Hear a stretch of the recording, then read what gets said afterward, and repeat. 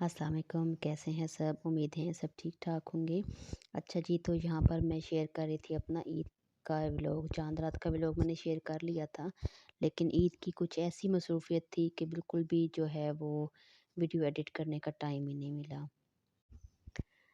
तो यहाँ पे ये था कि हमने जो मीठे में बनाना था हलवा, कढ़ी हलवा बनाया था मैंने, वो तो रात को ही बना कर रख दिया था। नेक्स्ट डे मॉर्निंग में ज़ाहिर है बहुत सारे काम होते हैं, तो वो सब निपटाने के बाद फिर हमने यहाँ पर अपना लंच की तैयारी की। तो लंच में ये है कि चिकन रात को हमने मैरिनेट करके रख दिया था।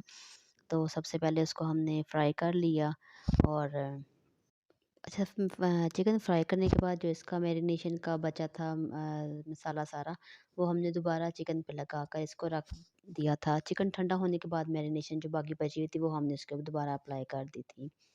तो ये अप्लाई करके साइड पे रख दिया।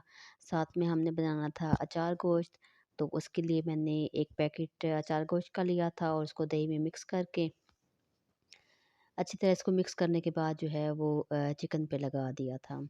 अच्छा जो ऑथेंटिक इसकी रेसिपी है ना, उसमें तो ये है कि आप जो है वो टमाटर अलग से इसका फ्राई करके तो फिर लास्ट में डालते हैं। लेकिन क्योंकि मैंने जल्दी में बनाई, तो मैंने थोड़ा-सा वो कहते हैं ना हाँ, जुगाड़ लगाया कि हमने चिकन और टमाटर, लहसुन अदरक का पेस्ट, तो ये सब कुछ मैंने इकट्ठा ही डाल के तो एक ही दफ़ा रख दिया इसको।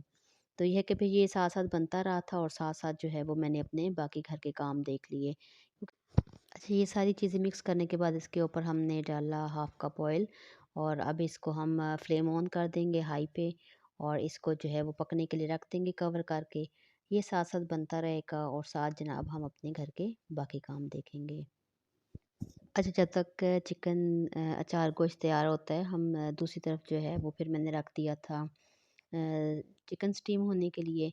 तो उसके लिए हमने लिया पानी और उसमें खड़े मसाले को शामिल किए और इसके ऊपर स्ट्रेनर रख कर तो चिकन सेट करके ऊपर ऊपर सेसमी सीड डाल दिए और फिर इसको हम प्रेशर कुकर में 30 टू 40 मिनट्स जो हैं वो स्टीम कर लेंगे।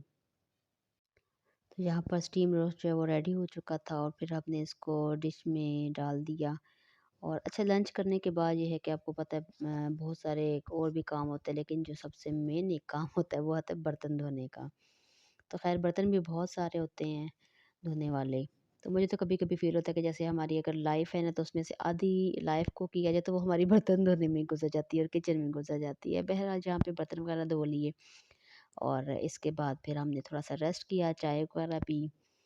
अच्छा, जैसे जहाँ मैं जो मैं कह रही थी ना कि आधी लाइफ़ तो बर्तन धोने में ही गुज़र जाती है, तो सेम फिर वही बात हो गई कि ये वाले बर्तन आपने धो लिए, तो साथ ही चाय का दौर चल पड़ा और चाय के बाद जनाब फिर से बर्तन इकट्ठे हो चुके थे।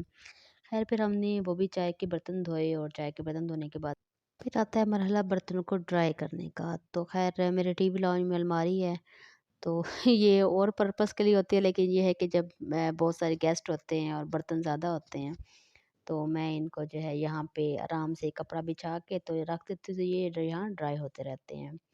चलें जी, मिलते हैं फिर एक और वीडियो में, तब तक के लिए अल्लाह हाफ़िज़।